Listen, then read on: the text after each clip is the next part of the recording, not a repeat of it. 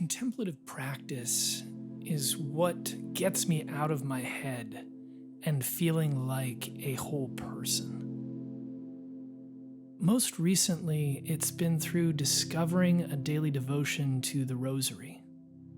There's something about the physicality of the beads and re-understanding the Christ story through the eyes of Mary and the beauty of that divine feminine.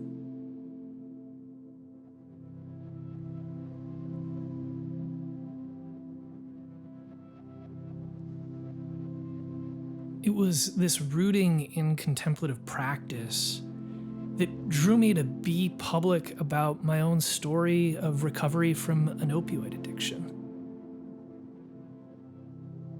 Just this past week, I was able to be on a Zoom call where I heard person after person share their own story of struggle with drugs and alcohol, the loss of loved ones, and to hear hope, hear healing in those voices, and to know that through sharing my story, sharing something that had been an embarrassment to me that I hadn't wanted to talk about, acknowledge, or admit, to know that that had been turned into prophetic words that were encouragement and also a challenge to our culture and to our politics, and wanting to remove that culture of stigma and shame that still penetrates so deeply even inside of our churches and communities of worship.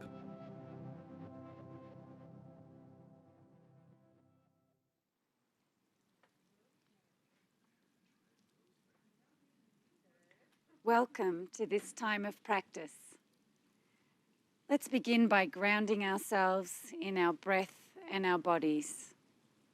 I invite you to take a deeper breath than the one you just took.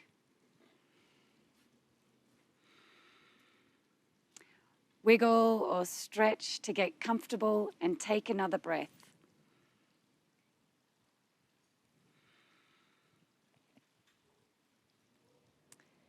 Get bigger than your thoughts as you watch them come and go. Keep your attention on the practice as you watch thoughts come and go. If you get stuck in a thought at any time, gently release the thought and come back to the practice.